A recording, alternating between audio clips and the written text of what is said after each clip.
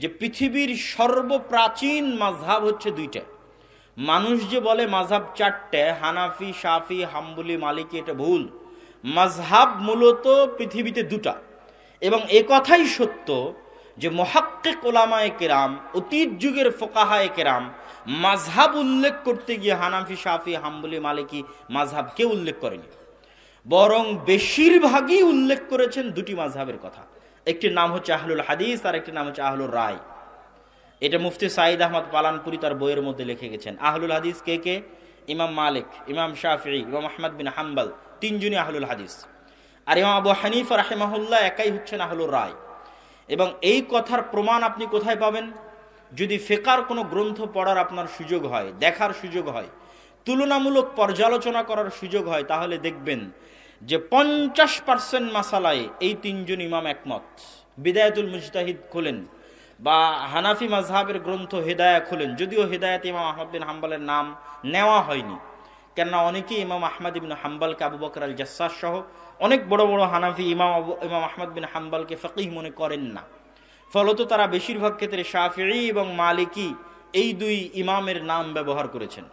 কিন্তু আপনি যদি জরিপ করেন তাহলে দেখবেন 50% মাসালায় এই তিনজন ইমাম, ইমাম মালিক, আহমদ বিন হাম্বল এবং ইমাম শাফিঈ একমত। আর এই 50% মাসালায় তাদের বিপরীতে একাই আবু হানিফা রাহিমাহুল্লাহ। এই জন্য পৃথিবীর সর্বপ্রাচীন মাযহাব দুটো, আহলুর রায় অথবা আহলুল ইরাক অথবা আহলুল কুফা, এটা একটা মাযহাবের নাম। আরেকটা মাযহাবের নাম হয় আহলুল হাদিস অথবা আহলুল হিজাজ অথবা আহলুল মদিনা অথবা আহলুস সুন্নাহ অথবা আসহাবুল হাদিস, এটা হচ্ছে আরেকটা মাযহাবের নাম।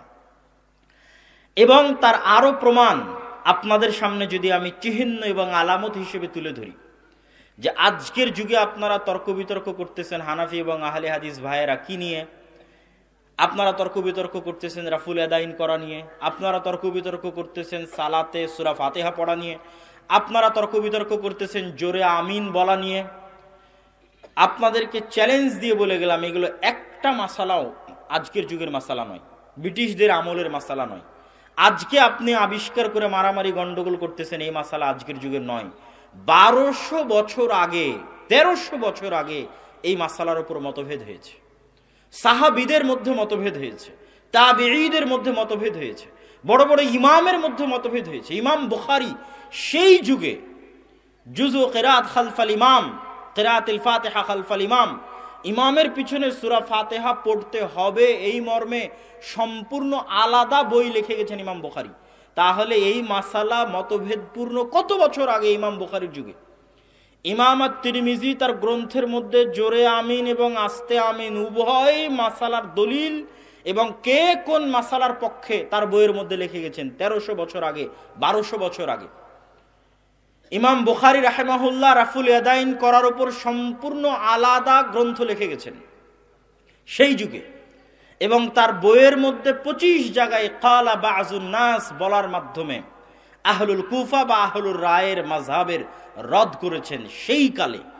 তাহলে আজকে আমরা যেটাকে মনে করতেছি আজকের যুগের মতভেদ, এটা ভুল, এটা সত্য নয়। বরং এই প্রত্যেকটা মাসালায় মতভেদ হয়েছে 1200 বছর আগে, 1300 বছর আগে।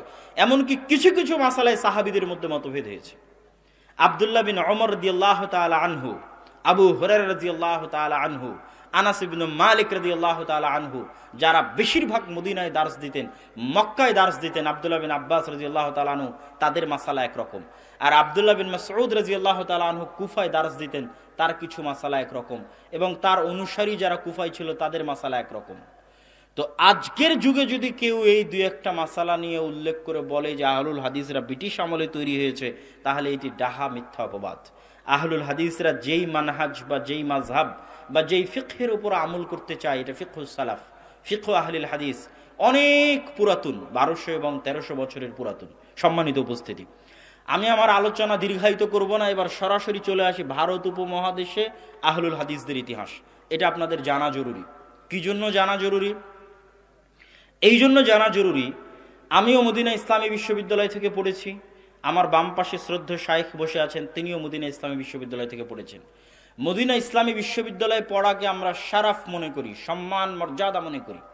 কিন্তু কেউ যদি মনে করে যে মদিনা ইসলামী বিশ্ববিদ্যালয়ে পড়ে এসে মাদানী হয়ে সেই প্রথম এই দেশের মাটিতে তাওহীদের দাওয়াত দিচ্ছে, তাহলে সে আমাদের সালাফে সালিহিনের পরিশ্রমের একজন নিমক হারাম, না শুকরিয়া আদায়কারী। সে যদি মনে করে যে মদিনা ইসলামী বিশ্ববিদ্যালয় থেকে পড়ে এসে মাদানী হয়ে আজকে প্রথম সে তাওহীদের কথা বলছে, তাহলে সে মিথ্যুক।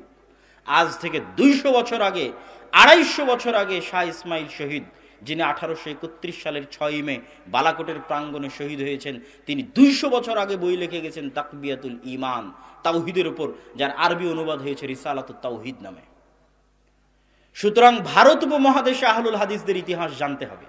কেউ যদি মনে করে যে শুধুমাত্র মদিনা ইসলামী বিশ্ববিদ্যালয় থেকে সালাফি আকীদা এসে আজকে প্রচার হচ্ছে আর এই অঞ্চলের আলেম ওলামাদের কোনো অবদান নাই, তাহলে এই বিশ্বাস থেকে ফিরে আসতে হবে এবং জানতে হবে ভারত উপমহাদেশে আহলে হাদিসদের ইতিহাস।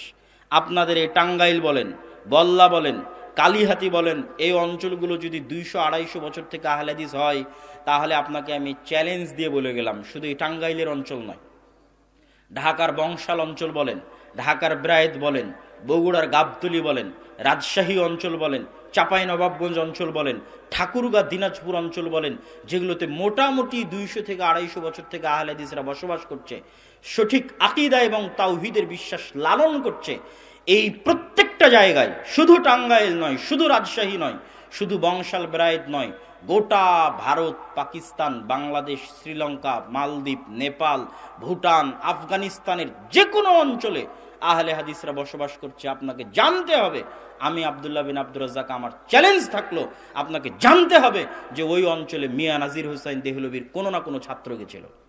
আমি আজকে আপনাকে এখানে চ্যালেঞ্জ করে গেলাম, শায়েখকে পাশে বসে রেখে বলে গেলাম, ইতিহাস খুঁজেন যে টাঙ্গাইলের বল্লা কালিহাতিতে মিয়া নাজির হোসাইন দেহলভির কোন ছাত্র কোরআন এবং সহিহ হাদিসের দাওয়াত নিয়ে এসেছিল। মিয়া নাজির হোসাইন দেহলভির কোন ছাত্র 100-150 বছর আগে তাওহীদের দাওয়াত নিয়ে এসেছিল। তাহলে আপনি যে দম্ভ এবং গর্ব করছেন, এটা চূর্ণ হয়ে যাবে। জানতে হবে ইতিহাস, যে ভারত উপমহাদেশের আলেম ওলামারা সঠিক আকীদা ছড়াতে কি অবদান রেখেছে। আপনি আজকে আকীদার দার্স দিচ্ছেন, নওয়াব সিদ্দিক হাসান খান ভূপালী 300 বছর আগে ভারত উপমহাদেশের মাটিতে জন্মগ্রহণ করা ব্যতিক্রম ধর্মী আলেম নওয়াব সিদ্দিক হাসান খান ভূপালী, যিনি 300-র অধিক বই আরবিতে লিখেছে ভারতের মাটিতে বসে। তিনি 300 বছর আগে আরবিতে আকীদার বই লিখে গেছে, কাতফুস সামার ফি আকীদাতে আহলিল আসার বইয়ের নাম। ভারতের মাটিতে বসে সালাফি আকীদার বই লিখেছে 300 বছর আগে। অতএব কথা বলার আগে হিসাব করে কথা বলতে হবে, কথা বলার আগে বিবেচনা করে কথা বলতে হবে যে আপনি কোন মাটিতে বসে কোন কথা বলতেছেন, পূর্বপুরুষের ইতিহাস ভুলে গিয়ে কি বলতেছেন সেটা জানতে হবে। সম্মানিত উপস্থিতি, ভারত উপমহাদেশে আহলে হাদিসদের ইতিহাস আজকের নতুন ইতিহাস নয়। শাহ ওলিউল্লাহ মুহাদ্দিস দেহলভী, যিনি বাদশাহ আলমগীর, যার বাবা বাদশাহ আলমগীরের আলমগীর ফতোয়া বোর্ডের সদস্য ছিল মাওলানা আব্দুর রহিম, শাহ ওলিউল্লাহ মুহাদ্দিস দেহলভী মূলত এই যুগে, এই যে আমরা যেই যুগের ইতিহাসটা বলতেছি তারও পুরাতন ইতিহাস আছে, সেটা আমি আজকে লম্বা দীর্ঘায়িত করতে চাচ্ছি না, কিন্তু যেই যুগের ইতিহাস আমরা টানতেছি, এই যুগের শুরুটা মূলত শাহ ওলিউল্লাহ মুহাদ্দিস দেহলভীকে দিয়ে। দেহলভী বলা হয় দিল্লিকে, আরবিতে বলা হয় দেহলি। ওই দেহলি, দিল্লির দিকে অনুসরণ করে বলা হয় দেহলভী। শাহ ওলিউল্লাহ মুহাদ্দিস দেহলভী মানে দিল্লির মানুষ, দিল্লিতে বসে হাদিসের দার্স দিতেন। তিনি জন্মগত হানাফি, আমল করতেন হানাফি মোতাবেক, কিন্তু দার্স দিতেন আহলুল হাদিসদের অনুসারী হিসেবে। কলমে লিখে গেছেন আহলুল হাদিসদের অনুসারী হিসেবে। তার বই হুজ্জাতুল্লাহিল বালেগার মধ্যে রাফুল আদাইনের কথা বলেন, জোরে আমিনের কথা বলেন, 12 তাকবীর ঈদের সালাতের কথা বলেন, প্রত্যেকটা মাসালাই যেটা সঠিক সেটিকেই প্রাধান্য দিয়ে গেছেন। তার আল ইনসাফ ফি বায়ানি সাবাবিল ইখতিলাফ, এই বইগুলো পড়ে দেখেন। তাকলিদের উপর তিনি কি বই লিখে গেছেন সেগুলো পড়ে দেখেন।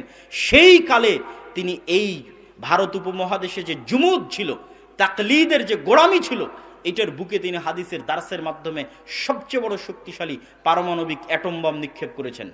শাহ ওলিউল্লাহ মুহাদ্দিস দেহলভীর পরে তার ছেলে শাহ আব্দুল আজিজ মুহাদ্দিস দেহলভী, যার একটি বই আছে বুস্তানুল মুহাদ্দিসিন, মুহাদ্দিসদের জীবনীর উপর, মুহাদ্দিসদের বইয়ের উপর সেই যুগে বসে, সেই কালে বসে এত তথ্য সমৃদ্ধ লিখনি দেখলে আজকের যারা মদিনা ইসলামী বিশ্ববিদ্যালয়ের কুল্লিয়াতুল হাদিস থেকে পড়ে আসতে যেমন আমি হতবাক হয়ে যেতে হবে যে আমরা আজকে মদিনা ইসলামী বিশ্ববিদ্যালয়ের কুল্লিয়াতুল হাদিসে যা পড়ছি 200 বছর আগে শাহ আব্দুল আজিজ মুহাদ্দিস দেহলভী বুস্তানুল মুহাদ্দিসিনের মধ্যে কিভাবে তা জমা করে গেল।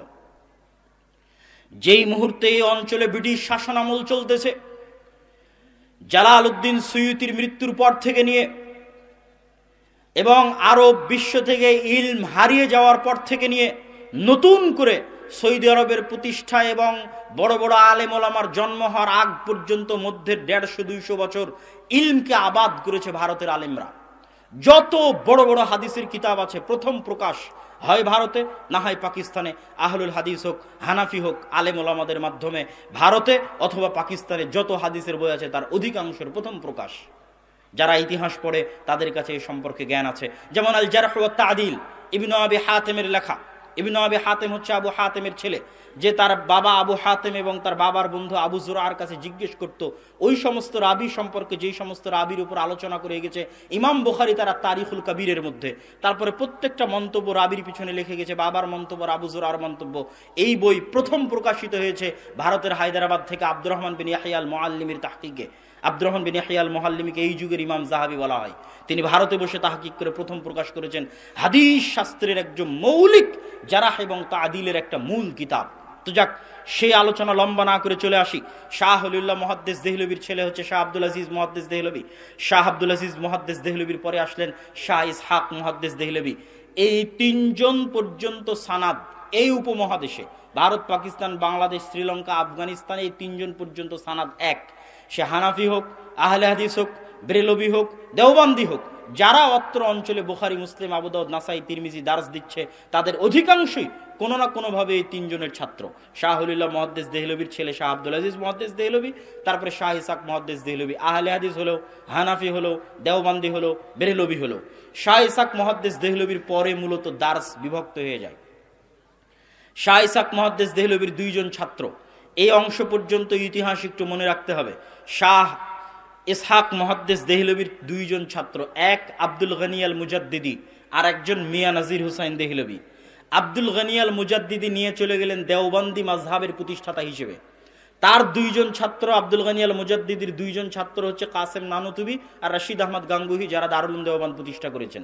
তারা মূলত দেওবন্দি মাযহাবের প্রতিষ্ঠাতা হিসেবে দারুল উলুম দেওবন্দ প্রতিষ্ঠা করলেন, যেন শাহ ওলিউল্লাহ মুহাদ্দিস দেহলভি যে উদার নৈতিক ফিকহের চালু করেছেন ভারতের মতো তাকলিদি অঞ্চলে, সেই উদার নৈতিক ফিকহের গলায় লাগাম টেনে আবার যেন সেই তাকলিদের বন্ধন মুসলমানদের গলায় পরানো যায়। তার দুইজন ছাত্র কাসেম নানুতুবি আর রশিদ আহমদ গাঙ্গুহিকে নিয়ে প্রতিষ্ঠা করলেন দারুল উলুম দেওবন্দ।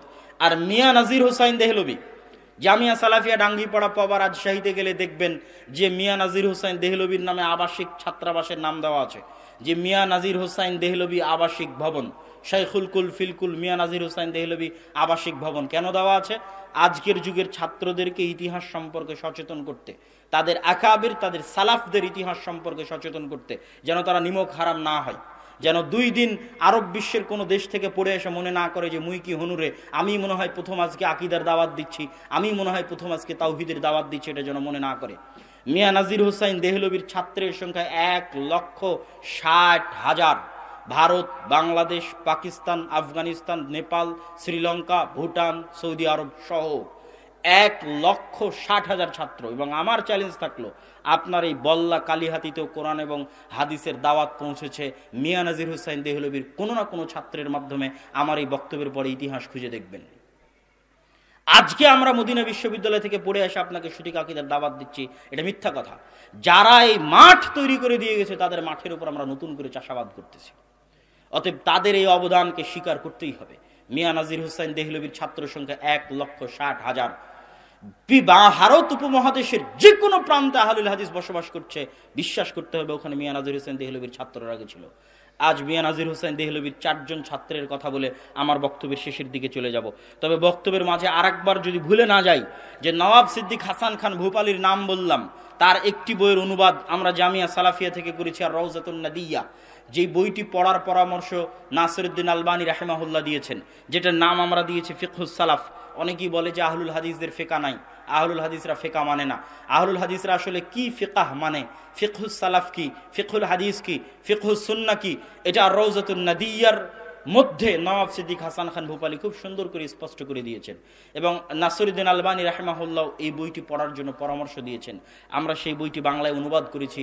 তাদের বই অনুবাদ করার পিছনে আমাদের কোনো উদ্দেশ্য নাই, দুটো উদ্দেশ্য। এক, ভারত উপমহাদেশের আহলুল হাদিস আলেমদের ইতিহাস সম্পর্কে জনগণকে জানানো, তাদের অবদান সম্পর্কে জনগণকে জানানো, এবং তারা কি ইলমি কারনামা আঞ্জাম দিয়ে গেছে 300 বছর আগে ভারতের মাটিতে বসে আরবিতে এত দামি এত জ্ঞান সম্পন্ন বই লিখেছে, যা আমরা এখন এই যুগে এত উন্নত শিক্ষা লাভ করে করতে পারছি না। নাই, ওই আলেম আর জন্মই হয় না যে আলেম ভারত পাকিস্তান বাংলাদেশের মাটিতে জন্ম হয়েছিল সেই যুগে।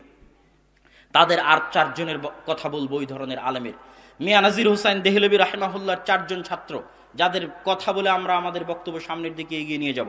1, আব্দুর রহমান আল মুবারকপুরি। 2, শামসুল হক আল আজিমাবাদী। 3, আব্দুল্লাহ গাজীপুরি। 4, মাওলানা সানাউল্লাহ অমৃতসরী। আব্দুর রহমান আল মুবারকপুরি রাহিমাহুল্লাহর 2টা অনেক বই আছে, তার 2টা বইয়ের কথা বলি। 1, তুহফাতুল আহওয়াজি। শুধু ভারতের মাটিতে নয়, ভারত পাকিস্তান বাংলাদেশের মাটিতে নয়, সারা মুসলিম বিশ্বে সুনান তিরমিজির সর্বশ্রেষ্ঠ আরবি ব্যাখ্যা গ্রন্থ তুহফাতুল আহওয়াজি, ভারতে জন্মগ্রহণ করা আহলুল হাদিস আলেমের লেখা।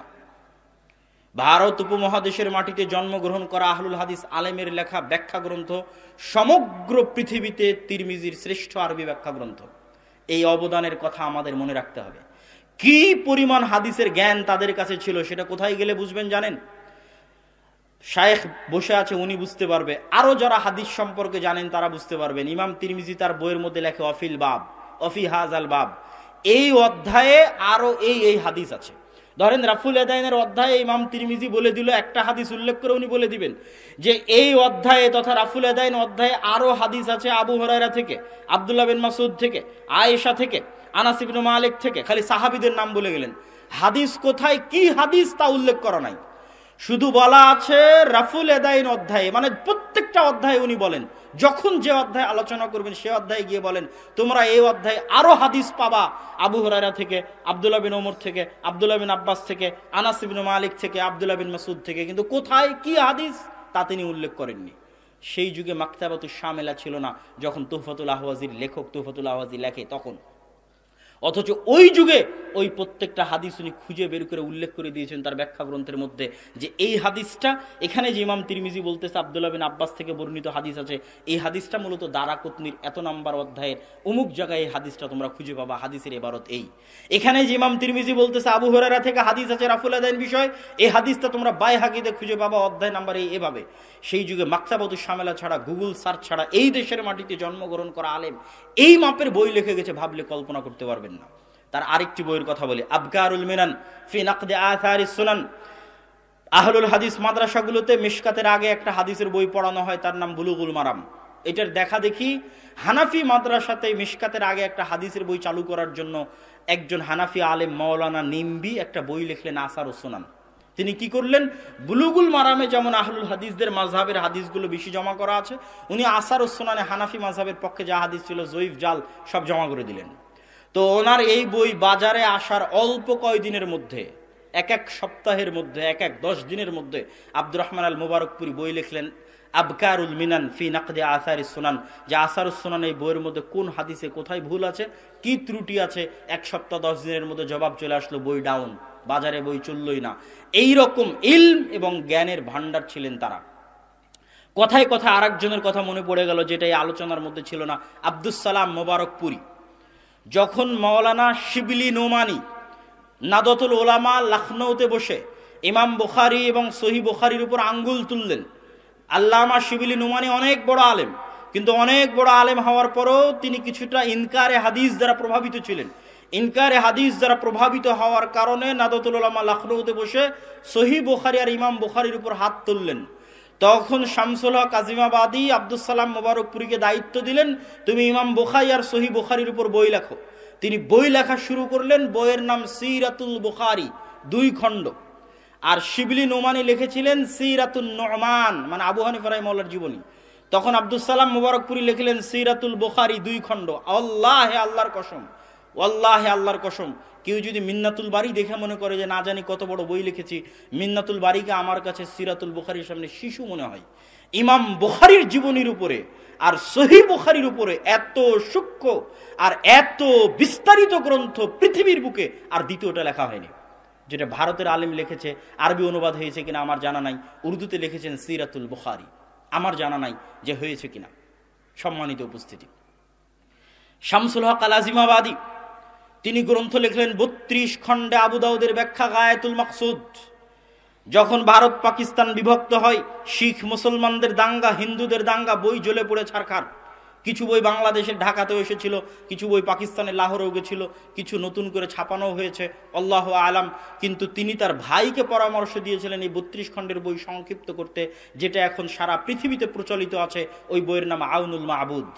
আবু দাউদের সারা পৃথিবীতে শ্রেষ্ঠ আরবি ব্যাখ্যা গ্রন্থ লিখেছে বিহারের রাজধানী পাটনার আলেম শামসুল হক আজিমাবাদী, যিনি মিয়া নাজির হোসাইন দেহলভির ছাত্র।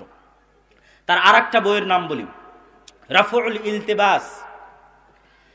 ইমাম বুখারী রাহিমাহুল্লাহ সহিহ বুখারীর 25 জায়গায় ক্বালা বাযুন নাস বলে আহলুর রায়দের রদ করেছেন। হানাফি মাযহাবের 25টা ফতোয়ার রদ করেছেন ইমাম বুখারী সহিহ বুখারীর মধ্যে। তো একজন বড় হানাফি আলেম মাওলানা আহমদ আলী সাহারানপুরি, ভারতের একটা জেলা সাহারানপুর, ওই সাহারানপুরে একটা মাদ্রাসা আছে মাজাহিরুল উলুম। কেমনে চিনবেন মাজাহিরুল উলুমকে? ফাজাইলে আমলের লেখক মাওলানা জাকারিয়া কান্ধলভি, যেই ফাজাইলে আমল গোটা বাংলাদেশে চলতেছে, তার লেখক মাওলানা জাকারিয়া কান্ধলভি ওই মাজাহিরুল উলুম সাহারানপুরের শাইখুল হাদিস ছিলেন। সেই মাজাহিরুল উলুম সাহারানপুরের আরো আগের শাইখুল হাদিস তিনি মাওলানা আহমদ সাহারানপুরি। তিনি বই লিখলেন ইমাম বুখারীর উত্তরে। কি নামে বই লিখলেন? দাফউল ওয়াসওয়াস। ভারত উপমহাদেশে ছাপা বড় বুখারী, যত বড় বুখারী আছে প্রত্যেক বড় বুখারীর শুরুতে তার লেখা ওই বইটা যুক্ত করে দেওয়া হলো দাফউল ওয়াসওয়াস, যেখানে তিনি ইমাম বুখারীর উত্তর দিয়েছেন। যেই 25 জায়গায় ইমাম বুখারী হানাফি মাযহাবকে রদ করেছে, ওই 25 জায়গার উত্তর দিয়েছেন দাফউল ওয়াসওয়াস নামে। তখন শামসুল হক আলী আজিমাবাদী নতুন বই লিখলেন রাফউল ইলতিবাস নামে, যেখানে ওই দাফউল ওয়াসওয়াসে যা যা ইমাম বুখারীর উপর উত্তর দেওয়ার চেষ্টা করা হয়েছে তার পাল্টা উত্তর দেওয়া হয়েছে। এরকম অসংখ্য ইলমি কারনামা শামসুল হক আল আজিমাবাদী রাহিমাহুল্লাহর আছে, আব্দুর রহমান আল মুবারকপুরি রাহিমাহুল্লাহর আছে। আর একটা ইলমি কারনামা যার নাম হয়তো আলোচনার মধ্যে আসবে না, কিন্তু বলে যাই, আর রাহিকুল মাখতুম। এই বইয়ের নাম কে না শুনেছে? সারা পৃথিবীতে রাসূল সাল্লাল্লাহু আলাইহি ওয়াসাল্লামের জীবনীর উপর শ্রেষ্ঠতম আরবি গ্রন্থ হচ্ছে রাহিকুল মাখতুম। কে লিখেছে? ভারতের আহলে হাদিস আলেমরা লিখেছে, যারা মদিনা ইসলামী বিশ্ববিদ্যালয়ে কোনোদিন পড়তেই যায়নি। শামসুল হক আল আজিমাবাদী আর আব্দুর রহমান মুবারকপুরি যখন বই লিখেছে তখন মদিনা ইসলামী বিশ্ববিদ্যালয় তৈরিই হয়নি। সে আর রাহিকুল মাখতুম যিনি লিখেছেন তিনি জামিয়া সালাফিয়া বানারসের শিক্ষক তখন। অথচ এটা সারা পৃথিবীতে শ্রেষ্ঠ রাসূল সাল্লাল্লাহু আলাইহি ওয়াসাল্লামের জীবনী গ্রন্থ লিখেছে ভারতের আহলুল হাদিস আলেম।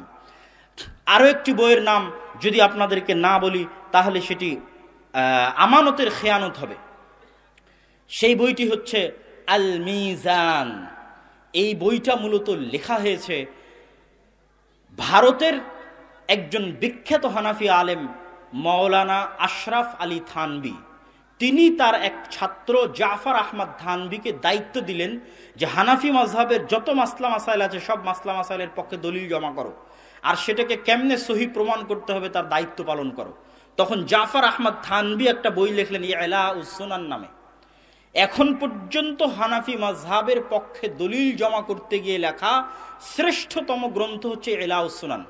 এই ইলাউস সুনান বইয়ের জবাবে আল মিজান ফি নাকদি ইলাউস সুনান লিখেছে পাকিস্তানের বিখ্যাত আহলুল হাদিস আলেম মাওলানা ইরশাদুল হক আল আথারি হাফিজাহুল্লাহ। এখনো জীবিত আছে, এখনো জীবিত আছে। পাকিস্তানি জন্ম, পাকিস্তানি জ্ঞান অর্জন, পাকিস্তানি শিক্ষা, দেশের বাইরে জানিনি। পাকিস্তানি পড়াশোনা করে এত বড় হাদিসের তিনি রিজাল শাস্ত্রবিদ মাওলানা জুবাইর আলী হাফেজ জুবাইর আলী জাই, যিনি ভ্রান্ত আকীদার যত মতবাদ আছে যত দলিল আছে সবগুলোর খণ্ডন করেছেন, কোনোদিন দেশের বাইরে পড়াশোনায় করেননি। হাফেজ জুবাইর আলী জাই পাকিস্তানের একজন বিখ্যাত মুহাদ্দিস। সম্মানিত উপস্থিতি, আর দুইজনের কথা বলে আমার বক্তব্যের শেষের দিকে চলে যাব। মাওলানা সানাউল্লাহ অমৃতসুরী। মাওলানা সানাউল্লাহ অমৃতসুরীকে রাসূল সাল্লাল্লাহু আলাইহি ওয়াসাল্লামের খাতমুন নবুওয়াতের জীবন্ত মুআজিজা বলা হয়। সানাউল্লাহ অমৃতসুরীকে খাতমে নবুওয়াতের জীবন্ত মুআজিজা। কেন? গোলাম আহমদ কাদিয়ানি, যে নিজেকে আল্লাহর নবীর পরেও নিজেকে নবী হিসেবে দাবি করত, সেই গোলাম আহমদ কাদিয়ানির বিরুদ্ধে মোবাহালা করে সানাউল্লাহ অমৃতসুরি, ওই মোবাহালার অল্প কিছুদিন পরে গোলাম আহমদ কাদিয়ানি মারা যায়। আর সানাউল্লাহ অমৃতসুরি 40 বছর পৃথিবীতে জীবিত ছিলেন গোলাম আহমদ কাদিয়ানির মৃত্যুর পরে। ওই মোবাহালায় কি ওয়াদা হয়েছিল, যে হকের উপর থাকবে তার আগে মৃত্যু হবে। তো গোলাম আহমদ যে হকের উপর থাকবে তার পরে মৃত্যু হবে, আর যে বাতিলের উপর থাকবে তার আগে মৃত্যু হবে। তো গোলাম আহমদ কাদিয়ানির আগে মৃত্যু হয় এবং তার মৃত্যুর 40 বছর পর পর্যন্ত সানাউল্লাহ অমৃতসুরি জীবিত ছিলেন। তাকে বলা হতো যে তিনি 40 বছর আল্লাহর নবীর খাতমে নবুয়তের মুজিজা হিসেবে পৃথিবীতে তিনি বিচরণ করতেন। আর তার এই পরিমাণ জ্ঞান ছিল যে একই টেবিলে বসে ইহুদি হোক, খ্রিস্টান হোক, হিন্দু হোক, শিখ হোক, জৈন হোক, হানাফি হোক, দেওবন্দি হোক, বেরলভী হোক, শিয়া হোক, কাদিয়ানি হোক, একই টেবিলে বসে প্রত্যেকটা ফেরকার জবাব দিয়ে, যুক্তি দিয়ে পরাজিত করে দিবে, এরকম জ্ঞান ও ভান্ডার আল্লাহ সুবহানাহু ওয়া তাআলা তাকে দান করেছিলেন। সম্মানিত উপস্থিতি, অতএব ভারত উপমহাদেশে আহলুল হাদিসদের এই ইতিহাসটা গেল ইলমি ইতিহাস। ভারত উপমহাদেশে আহলুল হাদিসদের আরেকটি সংক্ষিপ্ত ইতিহাস আছে, সেটা হচ্ছে ব্রিটিশ বিরোধী জেহাদ আন্দোলনের ইতিহাস। ব্রিটিশ বিরোধী জেহাদ আন্দোলনের ইতিহাস বললে সবার আগে আসবে শাহ ইসমাইল শহীদের নাম, যাকে বললাম যে 1831 সালের 6 মে বালাকোটের প্রাঙ্গণে, যেটা হচ্ছে পাকিস্তান এবং ভারতের সীমান্তবর্তী অঞ্চল, কাশ্মীর পার হওয়ার পর পাকিস্তানে প্রবেশ করলে যে সীমান্তবর্তী অঞ্চল আসে, ওই সীমান্তবর্তী অঞ্চলে যিনি শহীদ, আল্লাহ সুবহানাহু ওয়া তাআলা তাকে শহীদ হিসেবে কবুল করুক, শিখদের বিরুদ্ধে জিহাদ করতে গিয়ে 1831 সালের 6 মে মারা গেছিলেন। তারাই প্রথম যারা এই ভারত উপমহাদেশের মাটিতে ব্রিটিশদের বিরুদ্ধে জিহাদের ঘোষণা করেছিলেন, শাহ আব্দুল আজিজ মুহাদ্দিস দেহলভির ফতোয়ার উপর ভিত্তি করে। ওইটার একটা লম্বা ধারা আছে আহলুল হাদিসদের, ওই রাজনৈতিক বলেন আর ব্রিটিশ বিরোধী জিহাদের আন্দোলন বলেন, যেটা স্যার সৈয়দ আহমদ বেরলভি তার সহ, শাহ ইসমাইল শহীদ সহ, তারপরে মাওলানা বেলায়েত আলী সহ, মাওলানা এনায়েত আলী সহ, যেই মাওলানা বেলায়েত আলী এবং এনায়েত আলী রাজশাহী, চাঁপাইনবাবগঞ্জে, মুর্শিদাবাদ, মালদাহে 12 বছর দাওয়াতি কাজ করেছে। মাওলানা সানাউল্লাহ অমৃতসুরি যখন মালদাহ, মুর্শিদাবাদ একটা প্রোগ্রামে আসেন, প্রোগ্রামে এসে দেখছেন লক্ষ লক্ষ মানুষ জমা হয়েছে। তিনি আশ্চর্য যে এত দূরে পশ্চিমবঙ্গে মালদা, মুর্শিদাবাদে এত লক্ষ লক্ষ আহলে হাদিস কবে হলো? তো উনি একটা পত্রিকা লিখতেন আখবারে আহলে হাদিস নামে। ওই আখবারে আহলে হাদিস পত্রিকার মধ্যে তিনি লিখছেন, আমি ইতিহাস ঘেটে দেখলাম যে মাওলানা শাহ ইসমাইল শহীদের ছাত্র, সৈয়দ আহমদ বেরলভির ছাত্র মাওলানা বেলায়েত আলী এবং মাওলানা এনায়েত আলী পাটনার সাদেকপুরি পরিবার, যারা ব্রিটিশ বিরোধী জিহাদ করত, তারা 12 বছর এই অঞ্চলে দিনের দাওয়াত দিয়েছে। এই জন্য আজকে রাজশাহী, চাঁপাইনবাবগঞ্জ, মুর্শিদাবাদ, মালদায় এত আহলে হাদিস। শায়েখ পাশে বসে আছে, উনি জানে সেটা মাদ্রাসা মোহাম্মদিয়া আরাবিয়া যাত্রাবাড়ি হোক, আর নাজিরা বাজার হোক, আর পাঁচরুখি হোক, বেশি ছাত্র কোথাকার? সব উত্তরবঙ্গের। বেশি শিক্ষক কোথাকার? সব রাজশাহী, চাঁপাইনবাবগঞ্জের। বেশি আহলুল হাদিসদের মাদ্রাসা কোথায়? সব রাজশাহী, চাঁপাইনবাবগঞ্জে। কেন? এটা আজকে মদিনা ইসলাম বিশ্ববিদ্যালয় থেকে পড়ে এসে কোনো মাদানির দাওয়াতের ফসল নয়। হ্যাঁ, মাদানি ভাইয়েরা দাওয়াতি কাজ করছে, কথা ঠিক, কিন্তু নিজেদের অতীতে চলে যাওয়া সালাফে সালেহিনের স্বীকৃতি দিতে হবে, ইতিহাসের স্বীকৃতি দিতে হবে যে তারা এই অঞ্চলে কঠোর পরিশ্রম করে গেছে সেই সময়ে যখন এই অঞ্চল ছিল অনুর্বর।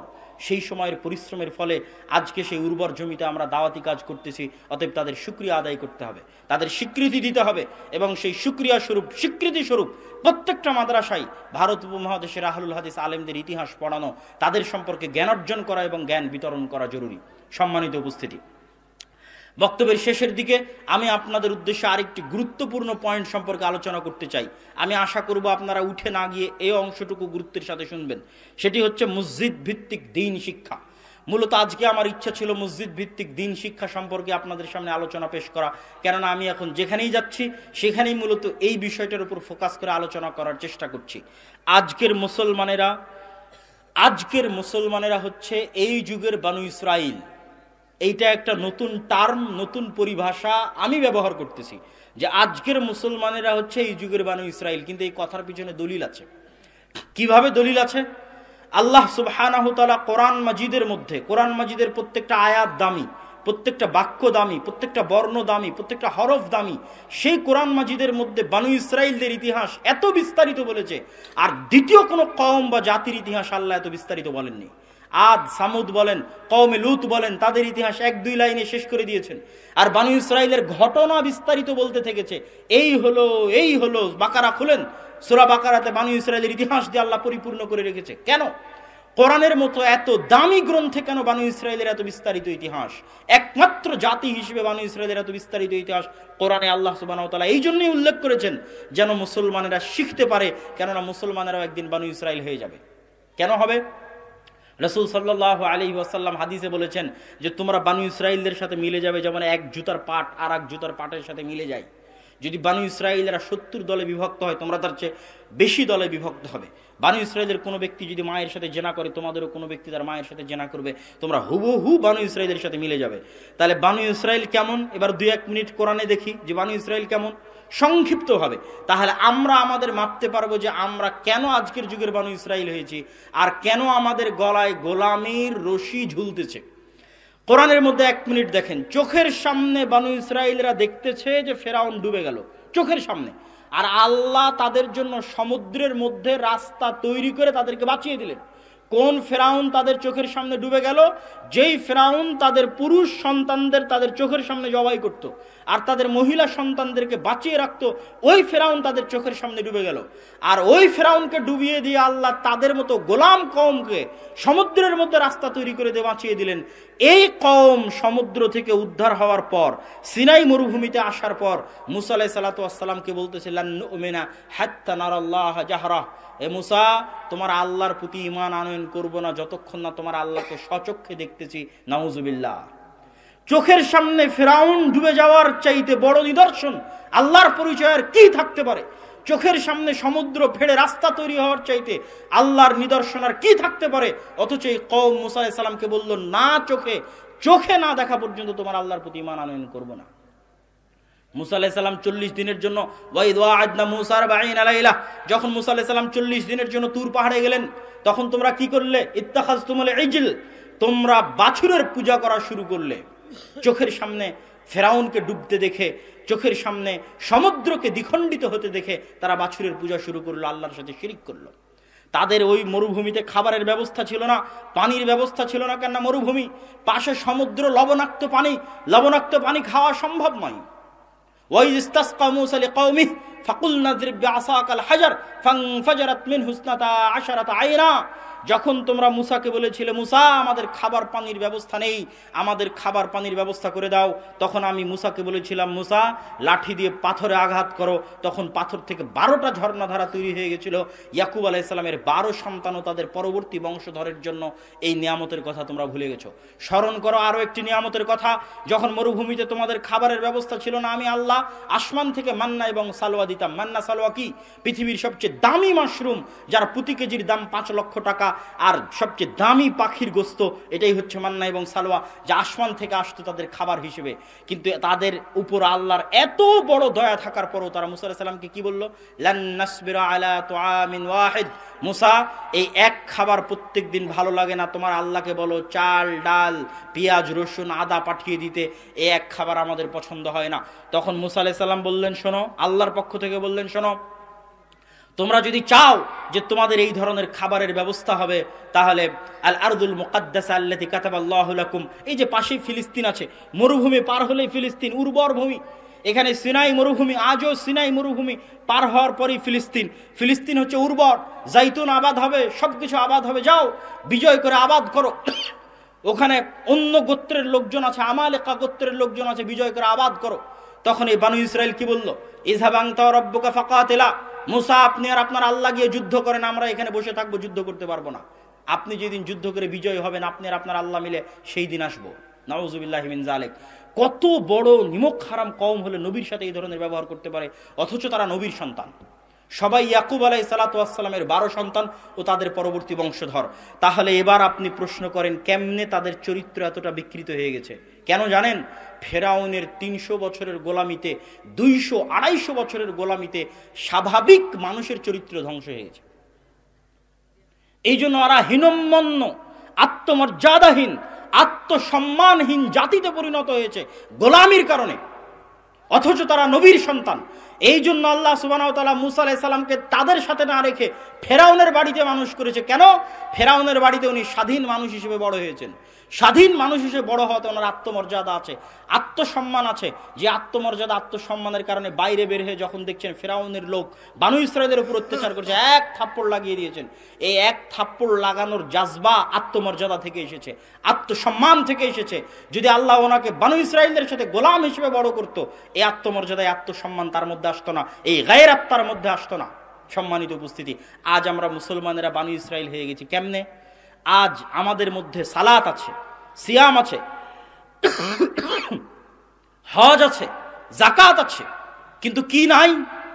আমাদের নবী মুহাম্মদ সাল্লাল্লাহু আলাইহি ওয়াসাল্লামের উপর হেরা গুহায় কোরআন আসার আগেই, আমাদের নবী মুহাম্মদ সাল্লাল্লাহু আলাইহি ওয়াসাল্লামের উপর সালাত, সিয়াম, হজ, যাকাতের বিধান আসার আগেই, আমাদের নবী মুহাম্মদ সাল্লাল্লাহু আলাইহি ওয়াসাল্লাম নবী হওয়ার আগেই জন্মগত সত্যবাদী, জন্মগত আমানতদার, জন্মগত ন্যায়পরায়ণ, জন্মগত চরম ব্যক্তিত্ব সম্পন্ন মানুষ, জন্মগত চরম আত্মমর্যাদা সম্পন্ন, আত্মসম্মান বোধ সম্পন্ন মানুষ। তার কাছে ওহী আসার আগেই তিনি সত্যবাদী, তার কাছে কোরআন আসার আগেই তিনি আমানতদার, তার কাছে কোরআন আসার আগেই তিনি হচ্ছেন ব্যক্তিত্ব সম্পন্ন। আর আমাদের কাছে কোরআন আছে, রাসূল সাল্লাল্লাহু আলাইহি ওয়াসাল্লামের বিধান অনুযায়ী আমরা হয়তো সালাত, সিয়াম, হজ, যাকাত আদায় করছি, কিন্তু ওই জন্মগত বৈশিষ্ট্যগুলো, মানবিক গুণগুলো আমাদের মধ্যে নাই, যেগুলো 200-300 বছরের গোলামিতে আমরা হারিয়ে ফেলেছি, ধ্বংস করে ফেলেছি। আমি হাজি হলেও আমি যেই টাকায় হজ করেছি ওটা চরম দুর্নীতির টাকা ইনকাম করা। আমি হাজি হলেও, আমি সালাত আদায়কারী হলেও চরম মিথ্যুক। আমি হাজি হলেও, সালাত আদায়কারী হলেও চরম আমানতের খেয়ানতকারী। শুধু তাই নয়, শুধু স্বাভাবিক পাবলিক নয়, মাদ্রাসায় যান, মসজিদে যান, ইসলামী সংগঠনে যান, যেখানে যাবেন সালাত আছে, সিয়াম আছে, হজ আছে, যাকাত আছে, কিন্তু আল্লাহর নবী জন্মগত যে সত্যবাদী ছিলেন কোরআন আসার আগেই, ওই সত্যবাদিতা নাই, ওই ন্যায়পরায়ণতা নাই, ওই আমানতদারিতা নাই, ওই ইনসাফ নাই। প্রত্যেকটা জায়গায় আদলের খেলাফ আছে, তথা আদলের বিপরীতটাই হচ্ছে অন্যায় পরায়ণতা। এই জন্য আল্লামা ইকবাল বলেছেন, সাবাক ফিরসে পড়, সাদাকাত কা, শুজাআত কা, আদালত কা। এই মুসলমানেরা নতুন করে শিখো সত্য বলা তোমাদের নবী মুহাম্মদ সাল্লাল্লাহু আলাইহি ওয়াসাল্লামের কাছ থেকে, নতুন করে শিখো আমানতদারিতা, নতুন করে শিখো ন্যায় পরায়ণতা। লিয়া জায়গা তুঝসে কাম, দুনিয়া কি ইমামত কা।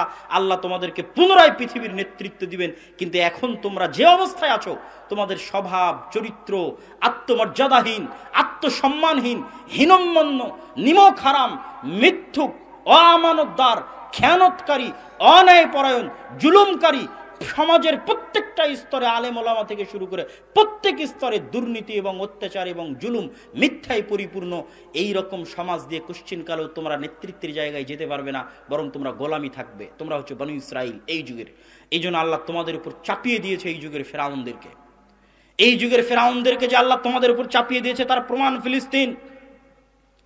ওই যুগের ফেরাউন প্রকাশ্যে তোমাদের পুরুষ সন্তানদের জবাই করত, আর আজকের যুগের ফেরাউনরা বিবিসির লাইভের সামনে, আল জাজিরার লাইভের সামনে, ফেসবুক, ইউটিউব, টুইটার, ইনস্টাগ্রামের লাইভের সামনে, সারা পৃথিবীর মানুষের চোখের সামনে, সারা পৃথিবীর 57টা মুসলিম দেশের রাষ্ট্র এবং সরকারের সামনে, চোখের সামনে 25 থেকে 30 হাজার মুসলমানকে নির্বিচারে, শিশুদেরকে নির্বিচারে হত্যা করা হচ্ছে। কেন? তোমরা এই যুগের বানু ইসরাইল, আর ওরা এই যুগের ফেরাউন। এটা তোমরা অর্জন করেছো তোমাদের হাতের কামাই, তোমাদের স্বভাব চরিত্র দিয়ে, তোমাদের চাল চরিত্র দিয়ে। যে স্বাভাবিক মানবিক চাল চরিত্র বিকৃত হয়ে গেছে মুসলমানদের। সম্মানিত উপস্থিতি, মুসলমানদের এই চিত্র আরো স্পষ্ট দেখতে পাবেন যদি আপনি ইউরোপ এবং আমেরিকা সফর করেন। শুধু বাংলাদেশের মুসলমান নয়, সারা পৃথিবী থেকে ইউরোপ আমেরিকায় মুসলমান গেছে। পাকিস্তান থেকে গেছে, মালয়েশিয়া থেকে গেছে, ইয়ামান থেকে গেছে, সিরিয়া থেকে গেছে, আফ্রিকার দেশগুলো থেকে গেছে। গিয়ে দেখেন ওই সমস্ত দেশে মুসলমানেরা কি করে, কি চাকরি করে। ওই সমস্ত দেশে কয়জন মুসলমান, সারা পৃথিবীর কয়জন মুসলমান বিশ্ববিদ্যালয়ের প্রফেসর, কয়জন মুসলমান মেডিকেল কলেজের ডাক্তার, আর কয়জন মুসলমান ড্রাইভারি করতেছে, দোকানদারি করতেছে, কেয়ার হোমের জব করতেছে। দেখেন, তখন বুঝবেন মুসলমানদের শিক্ষা দীক্ষায় অবস্থা কোথায় আর গোলামিত অবস্থা কোথায়। মধ্যপ্রাচ্যে যান, মুসলমানেরা কি করতেছে, মুসলমানদের শিক্ষা দীক্ষায় অবস্থা কোথায়, গোলামিত অবস্থা কোথায়, বুঝতে পারবেন। আর আজকে মুসলমানেরা মনে করছে উন্নতি মানে কি, বিনোদনে আমি সবচেয়ে বড় হয়ে গেলাম উন্নতি, পর্যটনে সবচেয়ে বড় হয়ে গেলাম উন্নতি, বড় রাস্তা বানিয়ে দিলাম উন্নতি, বিশাল ব্রিজ বানিয়ে দিলাম উন্নতি, বিশাল বিল্ডিং বানিয়ে দিলাম উন্নতি। সারা বিশ্বের সব মুসলমান এটাই মনে করছে উন্নতি। কি মধ্যপ্রাচ্যের আরব কান্ট্রি, আর কি বাংলাদেশ, পাকিস্তান, তৃতীয় বিশ্বের মুসলিম কান্ট্রি, সবার কাছে এটাই উন্নতি। অথচ তারা 500 বছর পিছিয়ে আছে ইউরোপ আমেরিকার চাইতে, জ্ঞানে এবং বিজ্ঞানে, শিক্ষায় এবং দীক্ষায় 500 বছর পিছিয়ে আছে। ওই দুবাইয়ের বুর্জ খলিফার মতো উঁচু বিল্ডিং আমেরিকা ইউরোপে নাই, কিন্তু তাদের অক্সফোর্ড আছে, ক্যামব্রিজ আছে, হার্ভার্ড আছে, এটা দিয়েই তারা পৃথিবী চালায়। জ্ঞান এবং শিক্ষার কুক্ষিগত করার মাধ্যমেই তারা আমাদেরকে গোলাম বানিয়ে রেখেছে। আর আমরা যতদিন এই শিক্ষা এবং জ্ঞানের গুরুত্ব না বুঝবো ততদিন আমরা গোলামি থাকবো। আসেন মসজিদ কমিটির কাছে, আসেন মাদ্রাসা কমিটির কাছে। মসজিদ এবং মাদ্রাসা কমিটির কাছে উন্নতি হচ্ছে টাইলস লাগানো, ছাদ ঢালাই দেওয়া, এসি লাগানো, বিল্ডিং করা, এটাই হচ্ছে তাদের কাছে উন্নতি। কিন্তু মানুষ যারা সালাত আদায় করতে আসতেছে তাদের মধ্যে পরিবর্তন করতে হবে, এই বিবেচনাবোধ কারো নাই। গোটা মসজিদের আশেপাশে মদখোর, জুয়াখোর, গাঞ্জাখোর, ভিডিও গেম, এই অসংখ্য নেশায় যুবক সমাজ ডুবে আছে। আর মসজিদ কমিটি ব্যস্ত আছে মসজিদকে স্বর্ণ দিয়ে বানাবে। তো ওই স্বর্ণ দিয়ে বানানো মসজিদ ধুয়ে গিয়ে আপনি পানি খাবেন? যে স্বর্ণ দিয়ে মসজিদ বানানোর আশেপাশের সব মুসলমান অন্ধকারাচ্ছন্ন জাহিলিয়াতের অথৈ সাগরে ডুবে গেছে, এই মসজিদে একদিন কডোভার মসজিদের মতো পড়ে থাকবে, গ্রানাডার মসজিদের মতো পড়ে থাকবে।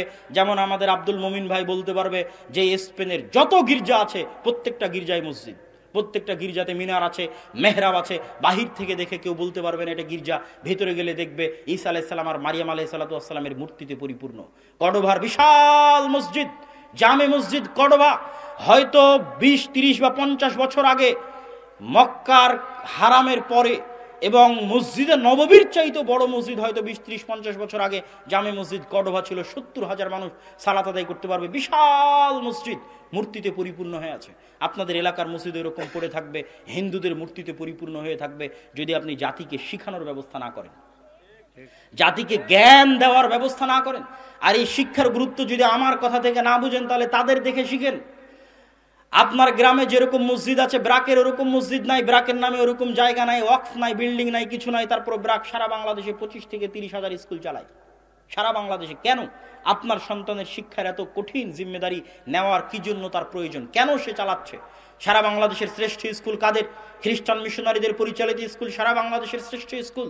তাহলে কেন সে আপনার শিক্ষা নিয়ে এত চিন্তিত? আর আমরা ব্যস্ত আছি কিভাবে বাহ্যিক উন্নয়ন ঘটাবো, অবকাঠামোগত উন্নয়ন ঘটাবো, অথচ শিক্ষায় আমরা সবচেয়ে পিছিয়ে আছি।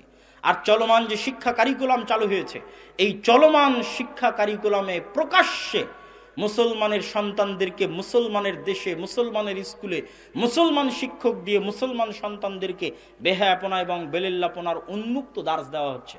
সংস্কৃতি শিক্ষার নামে, নাচ এবং গান শিক্ষার নামে নাচের শিক্ষক নিয়োগ দেওয়া হয়েছে, গানের শিক্ষক নিয়োগ দেওয়া হয়েছে।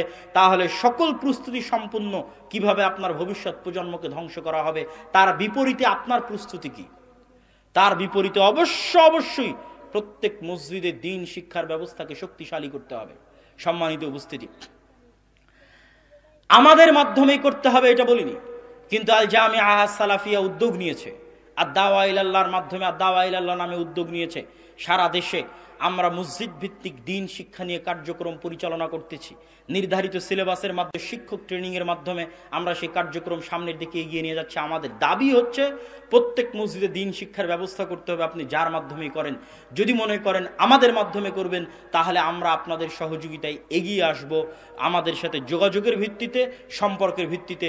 তবে আমাদের দাবি হচ্ছে প্রত্যেক মসজিদে দ্বীন শিক্ষার ব্যবস্থা করতে হবে। প্রতিষ্ঠান হোক, যেমন আজকে এখানে প্রতিষ্ঠান হচ্ছে, আব্দুস সাত্তার আরাবিয়া মাদ্রাসা প্রতিষ্ঠান হোক, এই প্রতিষ্ঠানগুলো থেকে আলেম বের হবে।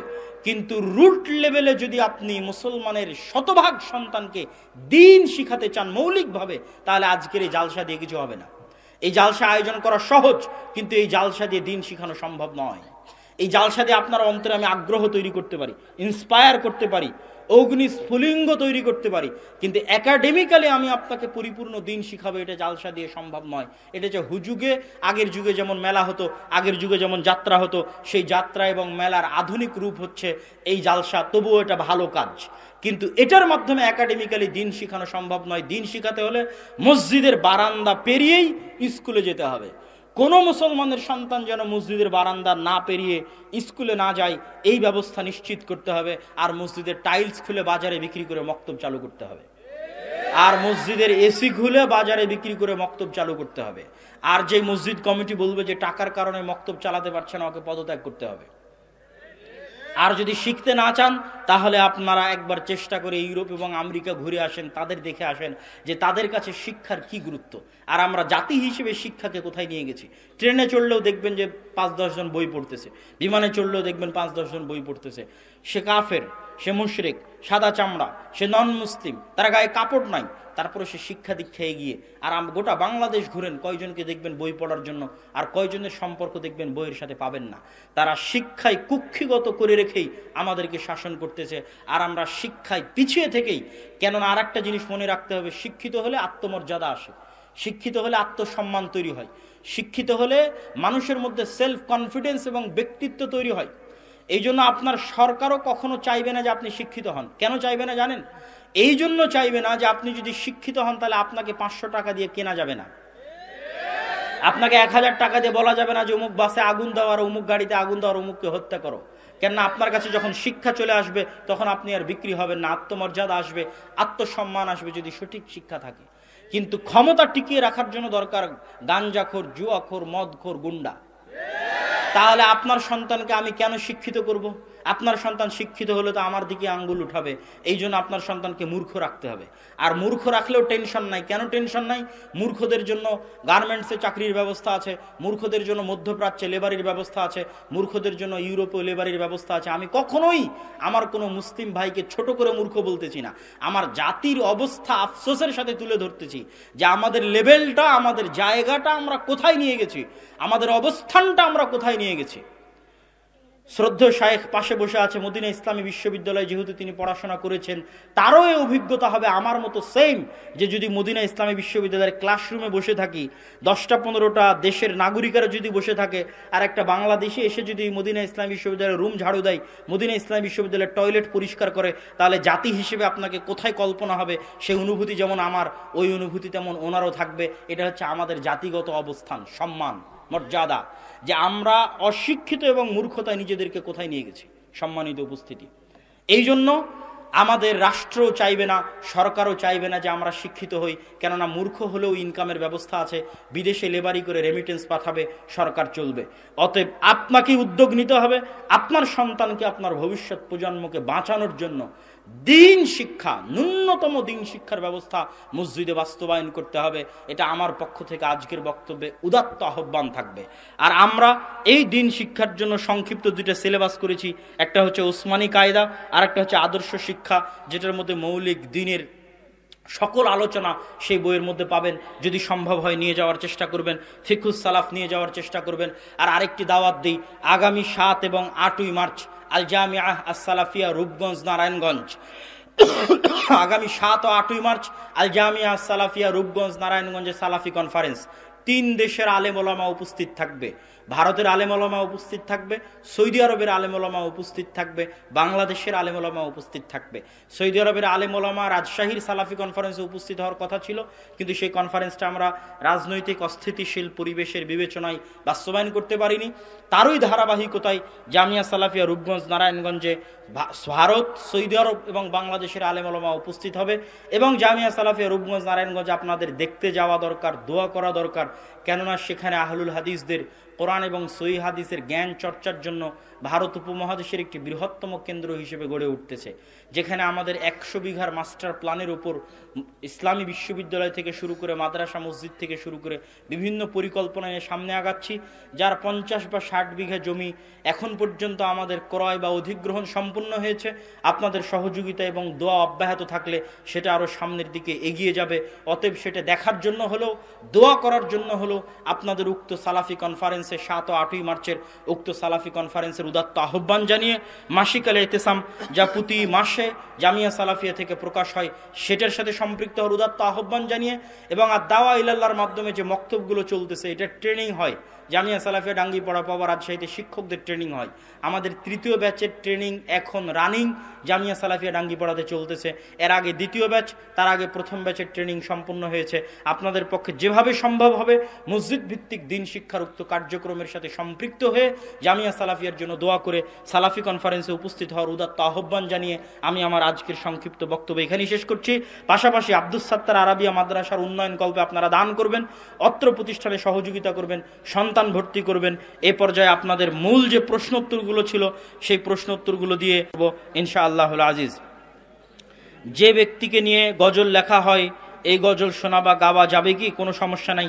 আল্লাহর নবীর নামে হাসান বিন সাবিত রাদিয়াল্লাহু তাআলা আনহুর কবিতা লিখেছেন, অতএব মানুষের উপর কবিতা লিখলে কোনো সমস্যা নেই। মসজিদে মেহরাব কি নামাজের জন্য ব্যবহার করা যাবে? ব্যবহার করলে সমস্যা নাই, তবে ব্যবহার করার স্পষ্ট কোনো দলিলও নাই। আমরা জানি জুমার দিনের ডাক, আজান, এগুলো প্রশ্ন শুধু বিতর্ক তৈরি করার জন্য দেওয়া হয়েছে।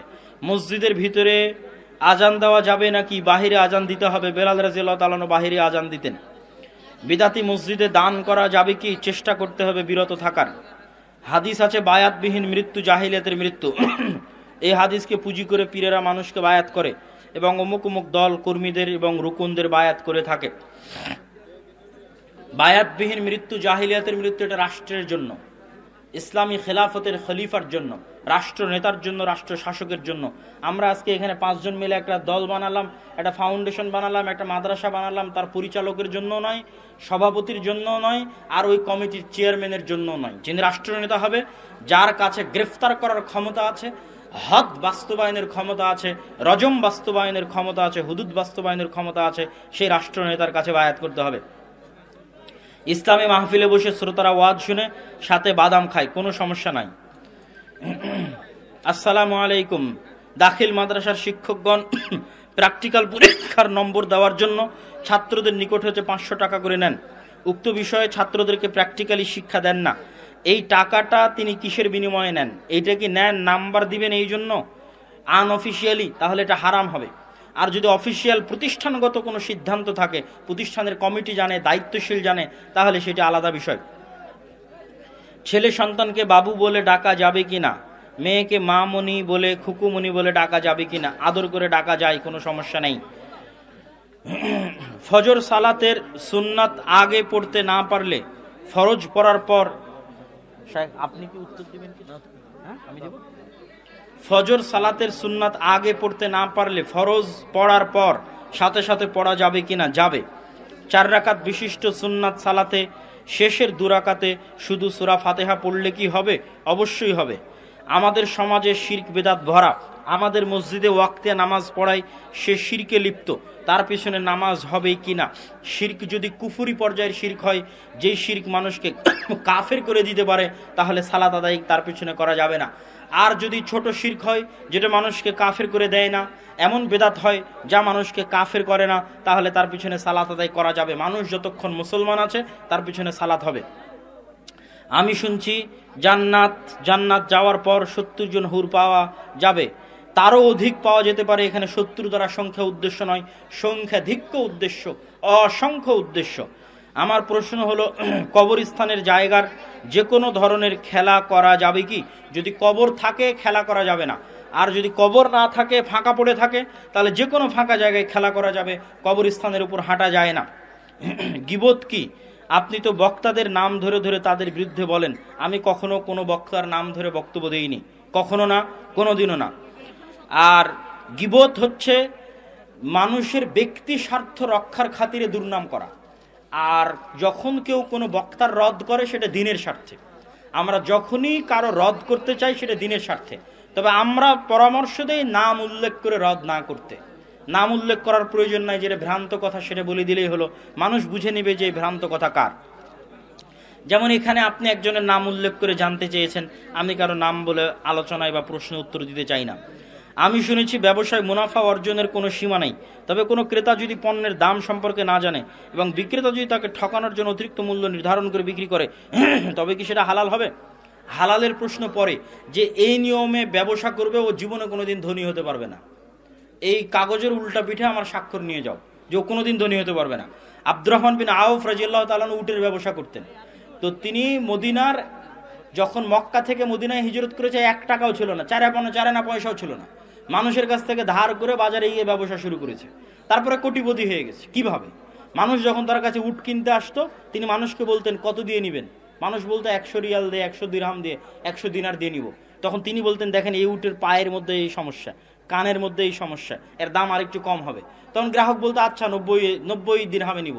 তখন তিনি বলতেন না, এই উটের এই যে চোখে সমস্যা আছে, আপনি বুঝতে পারেননি, জানেন না, আচ্ছা 80 দিরহামে নিব। তিনি নিজে এভাবে তার পণ্যের খুঁত বলে ন্যায্য দামে গ্রাহকের কাছে বিক্রি করতেন। তার মূলনীতি ছিল কি, বিক্রি বেশি লাভ কম, বিক্রি বেশি লাভ কম। আপনি 5টা পণ্য বিক্রি করে 500 টাকা ইনকাম করবেন, আর একজন 500 পণ্য বিক্রি করে 1 টাকা করে 500 টাকা ইনকাম করবে। কথা মনে বুঝাতে পারিনি? আপনি 5টা পণ্যে 100 টাকা করে লাভ ধরে 500 টাকা ইনকাম করবেন, আর আব্দুর রহমান বিন আউফ 500টা উট বিক্রি করবে 1 টাকা করে লাভে, আর ওই 1 টাকা করে লাভ দিয়ে 500 টাকা ইনকাম করবে। চিরস্থায়ী কোনটা? আগে ধনী হবে কে? কে কোটিপতি হবে? যে এই মূলনীতি অবলম্বন করবে সে কোটিপতি হবে। আর যে মানুষকে ঠকিয়ে বেশি দামে ইনকাম করার চেষ্টা করবে, ওর ব্যবসা কয়দিন পর বন্ধ হয়ে যাবে। স্ত্রী তালাক হওয়ার ক্ষেত্রে তালাক শব্দ উচ্চারণ করা কি জরুরি? অবশ্যই জরুরি। বর্তমান যুগে দিনদার মেয়ে কিভাবে খুঁজবো? দিনদার মেয়ে খুঁজার কয়েকটা উপায় আছে, তার মধ্যে সবচেয়ে সহজ উপায়, আপনি বাহ্যিক পোশাক আশাক দেখেও দিনদার বুঝতে পারবেন না, আপনি মহিলা মাদ্রাসায় পড়ে এটা দেখেও দিনদার বুঝতে পারবেন না। যারা এইটা দেখে দিনদার খুঁজতে যাবে তারা ধোকায় পড়বে। ফেসবুকের পোস্ট দেখে, মহিলা মাদ্রাসার ছাত্রী দেখে আর বাহ্যিক পর্দা দেখে যদি কেউ দিনদার খুঁজেও ধোকাগ্রস্ত হবে। দিনদার খুঁজবেন কি দেখে? মেয়ের খালা, মেয়ের ফুফু, মেয়ের মা, মেয়ের নানি, মেয়ের দাদি। মেয়ের খালাদেরকে দেখে আসেন তাদের সংসারের কি অবস্থা, মেয়ের ফুফুদেরকে দেখে আসেন তাদের সংসারের কি অবস্থা। মেয়ের ফুফু, মেয়ের খালার চাল চরিত্র কেমন, মেয়ের মায়ের চাল চরিত্র কেমন, মেয়ের নানি, মেয়ের দাদির চাল চরিত্র কেমন। মা, দাদি, ফুফু, খালা যদি ভালো হয়, মেয়েকে অনায়াসে বিবাহ করতে পারবেন। পর্দায় যদি এক একটু ত্রুটিও থাকে, শিক্ষায় যদি জেনারেল লাইনও হয়, তো ওরকম হাজার পর্দাশীলা মহিলা মাদ্রাসার ছাত্রীর চেয়ে ভালো হবে। শুক্রবারে কোনো মুসলমান মারা গেলে নাকি কবরে আযাব হয় না, এই হাদিস নিয়ে মতভেদ আছে। তবে আলবানী রাহিমাহুল্লাহ শেষ পর্যন্ত হাদিসকে হাসান বলেছেন। আর কোন জি, তো আমরা বৈঠক শেষের দোয়া পড়ি। একটি মোবাইল পাওয়া গেছে, স্টেজ থেকে নিয়ে যাবেন। বৈঠক শেষের দোয়া, সুবহানাকা আল্লাহুম্মা বিহামদিকা আশহাদু আল্লা ইলাহা ইল্লা আনতা আস্তাগফিরুকা ওয়া আতুবু ইলাইক। সমাপ্ত।